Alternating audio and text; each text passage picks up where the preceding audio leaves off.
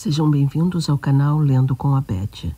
Nossa leitura hoje é o conto A Aposta, de Anton Chekhov, traduzido por Ana Clara Rangel.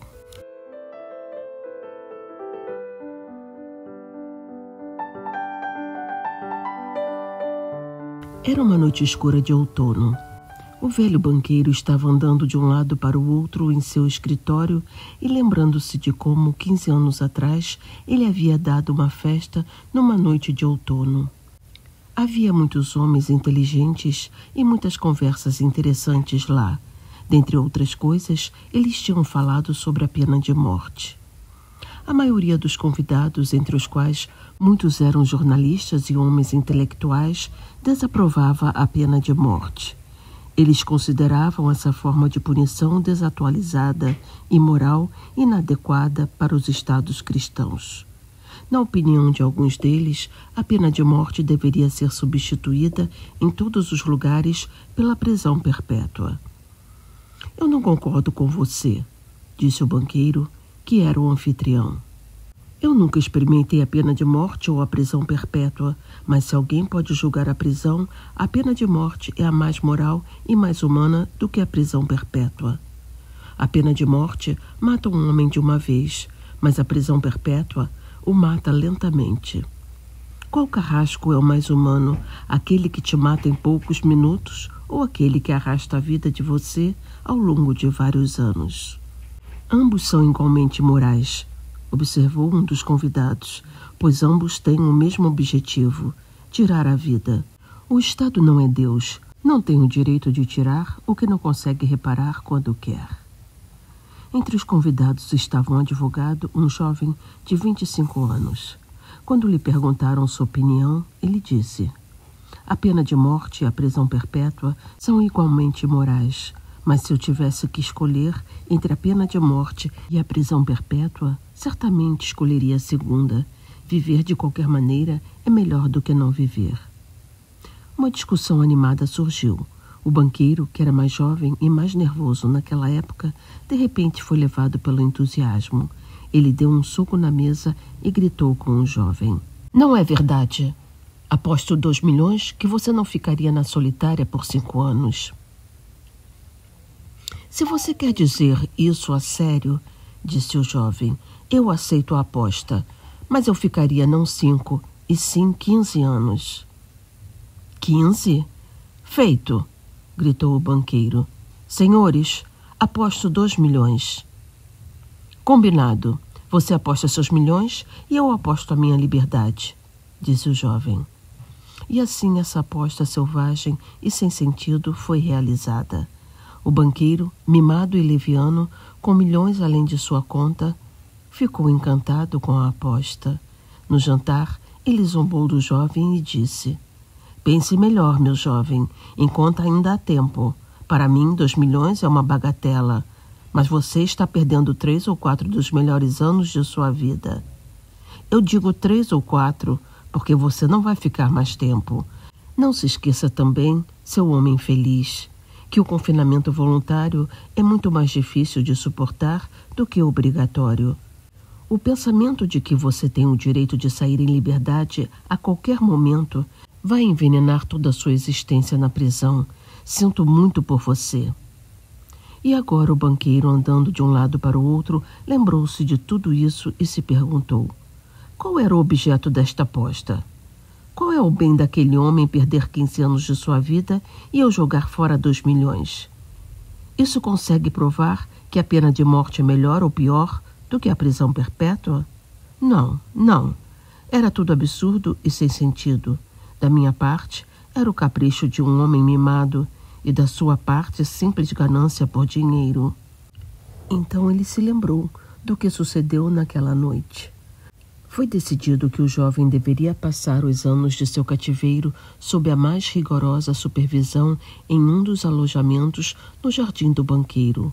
Foi acordado que por 15 anos ele não deveria ser livre para cruzar o limiar da loja, para ver os seres humanos, para ouvir a voz humana ou para receber cartas e jornais.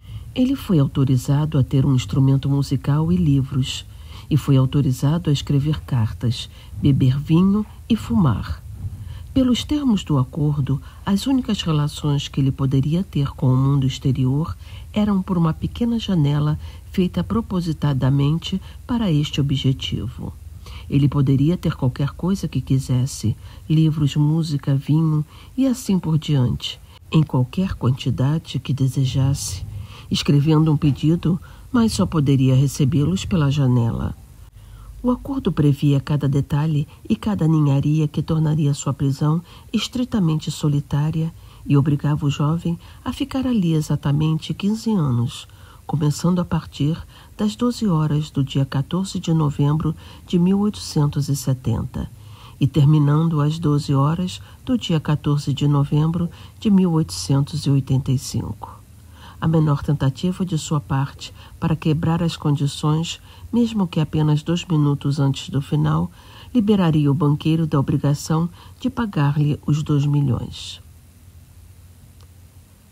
Durante o primeiro ano de seu confinamento, do que se podia julgar por suas breves anotações, o prisioneiro sofria severamente de solidão e depressão. Os sons do piano podiam ser ouvidos continuamente dia e noite de sua cabana. Ele recusou vinho e tabaco. O vinho, ele escreveu, excita os desejos, e os desejos são os piores inimigos do prisioneiro. E, além disso, nada poderia ser mais sombrio do que beber um bom vinho e não ver ninguém. E o tabaco estragaria o ar do seu quarto.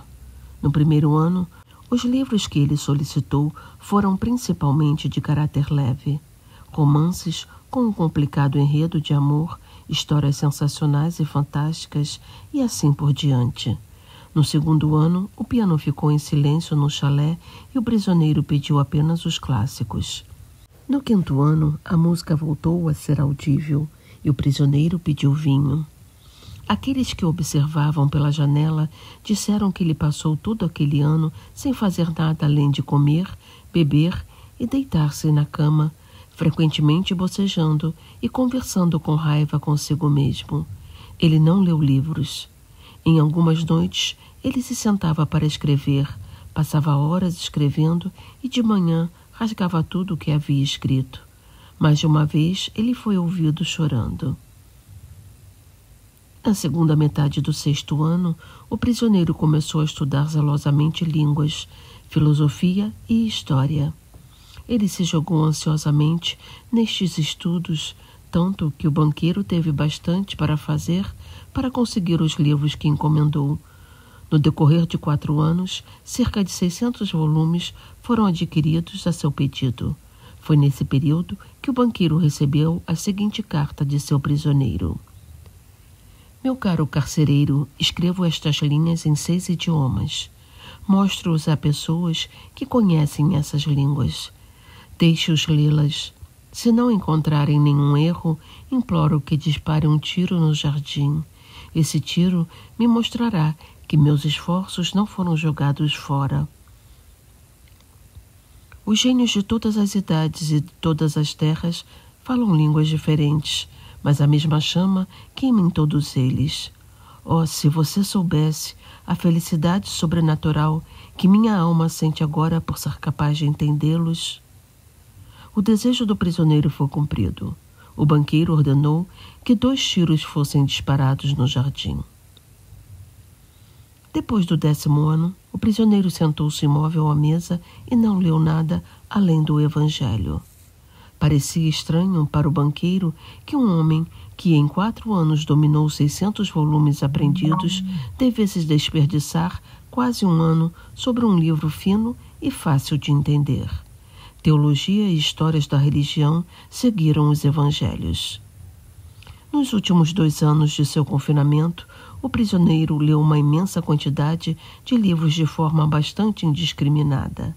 Certa vez, ele estava ocupado com as ciências naturais, então ele pedia a Byron ou Shakespeare. Havia bilhetes em que ele exigia, ao mesmo tempo, livros sobre química e um manual de medicina, um romance e alguns tratados sobre filosofia ou teologia. Sua leitura sugeria um homem nadando no mar entre os destroços de seu navio e tentando salvar sua vida. agarrando-se avidamente primeiro a um mastro e depois a outro. O velho banqueiro lembrou-se de tudo isso e pensou: amanhã, às 12 horas, ele irá recuperar sua liberdade. Com o nosso acordo, devo pagar-lhe 2 milhões. Se eu lhe pagar, está tudo acabado para mim. Estarei totalmente arruinado. 15 anos antes, seus milhões estavam sem medidas. Agora, ele tinha medo de se perguntar quais eram maiores, suas dívidas ou seus bens. Apostas desesperadas na bolsa de valores, a especulação louca e a excitabilidade que ele não conseguia superar, mesmo em anos que se passavam, levaram gradualmente ao declínio de sua fortuna. O milionário orgulhoso, destemido e autoconfiante se tornou um banqueiro de classe média, tremendo a cada alta e queda em seus investimentos. «Maldita aposta!» murmurou o velho, segurando a cabeça em desespero. Por que o homem não morreu? Ele só tem 40 anos agora. Ele vai tirar meu último centavo de mim. Ele vai se casar, vai desfrutar da vida, vai apostar na bolsa de apostas. Enquanto eu vou olhar para ele com inveja como um mendigo e ouvir dele todos os dias a mesma frase: eu sou grato a você pela felicidade da minha vida e deixe-me ajudá-lo. Não, isso é demais. O único meio de eu ser salvo da falência e da desgraça é com a morte daquele homem. Bateu 3 horas. O banqueiro ouviu. Todos estavam dormindo na casa e nada podia ser ouvido do lado de fora, exceto o farfalhar das árvores geladas. Tentando não fazer barulho, ele tirou de um cofre à prova de fogo a chave da porta que não havia sido aberta por 15 anos. Vestiu seu sobretudo e saiu de casa.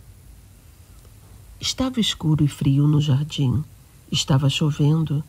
Um vento cortante e úmido corria pelo jardim, uivando e não dando descanso às árvores. O banqueiro forçou os olhos, mas não podia ver nem a terra, nem as estátuas brancas, nem a cabana, nem as árvores.